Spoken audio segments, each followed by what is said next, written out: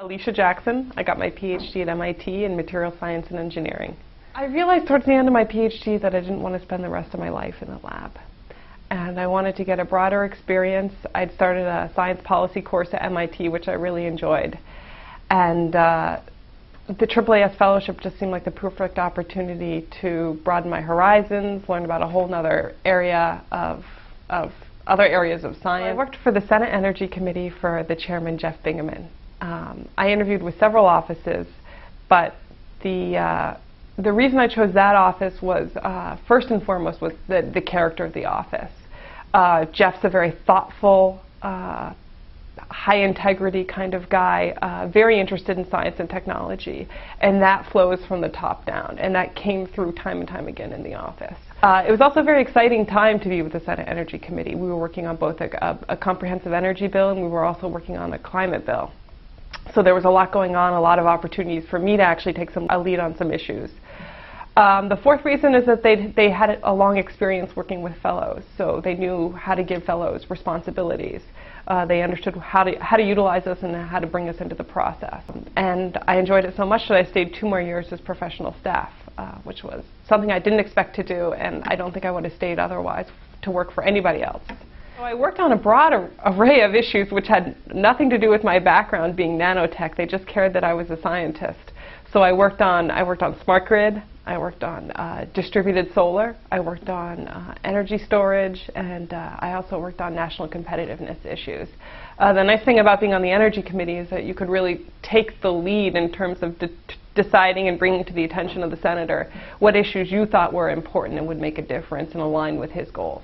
I think the biggest surprise, it was the first job that I had where you were judged more on your ability to get things done than whether you were the smartest person in the room. It was actually really enjoyable because it pulls on all these other skills that you have to be successful. You have to be able to bring together a bunch of different viewpoints, so not only a technical viewpoint but also a societal viewpoint, an environmental viewpoint, and synthesize kind of a policy position that combines the best of all those worlds, that you can get buy-in from people on the Hill, other senators' offices, interest groups off the Hill, from the executive branch, and bring all those interests together and actually move a piece of legislation forward. So it's not always the best technical solution, it was often the best policy, political solution that would win out. Several interesting experiences working on the Hill. I was really lucky because right after I joined, I got to accompany the senator on a trip to Korea.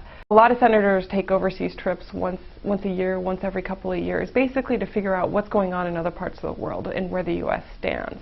So Senator Bingaman has had a long interest in terms of where the U.S. stands in terms of innovation, in terms of science and technology, and particularly being on the Energy Committee, he cared about where we were in terms of solving our energy problems compared to other nations. So I accompanied him to Korea, and we went and toured all around, so met with several of the government agencies there. We went and toured a Samsung plant. The most exciting thing that happened when I was on the Hill was whenever I got tasked to help create a policy position on helping distributed solar. And this was interesting because one of the challenges to getting more rooftop solar across the U.S. is the fact that the requirements vary from state to state and from utility jurisdiction to utility jurisdiction. And so what we wanted to do was harmonize all those different laws and regulations across states and across utilities.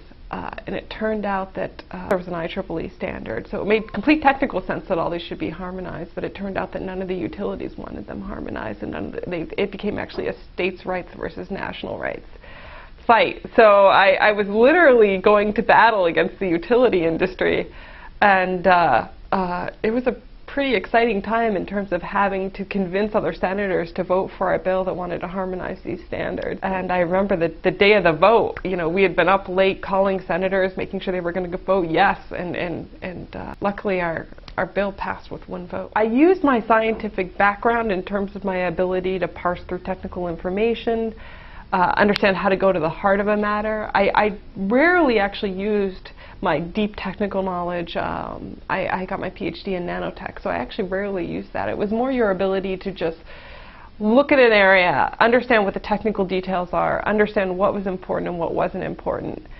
and bring out the salient details, especially to communicate those to the senator. You know, he doesn't want to know all the first principles, the thermodynamic equations. He just wants to know what's the technical issue here and how do we fix it. So I'm now a program manager at DARPA. I wouldn't have gotten to this position without the AAAS fellowship and without OSA and MRS supporting me. The key thing that I liked about working on the Hill was the broad national view. You were formulating science and technology policy for the nation as a whole, and I really enjoyed that. But the thing that I missed working on the Hill was being so close to the technology. On the Hill, you can set policy which indirectly impacts technology. And I missed having that reach into a technical area and actually being able to form it and guide it and direct it and even fund it. Even on the Hill, you don't have direct dollars in your pocket to spend on things. DARPA was that nice kind of middle ground, still a very national view. Everything we do is for the nation as a whole. But now I actually can help guide the science. I have funding capabilities, so I have a little more reach. There's so many reasons for why people should apply to the fellowship. If you're just interested in getting a different viewpoint than maybe the academic world, you're not sure if you want to go into industry yet, the opportunities that open up to you after you go to the fellowship are just amazing. I never had so many job opportunities and such an array of opportunities after the fellowship. I could have gone to a national lab, I could have gone back to academia, I could have gone to a lobbying firm, industry, or the executive branch is what I decided to do.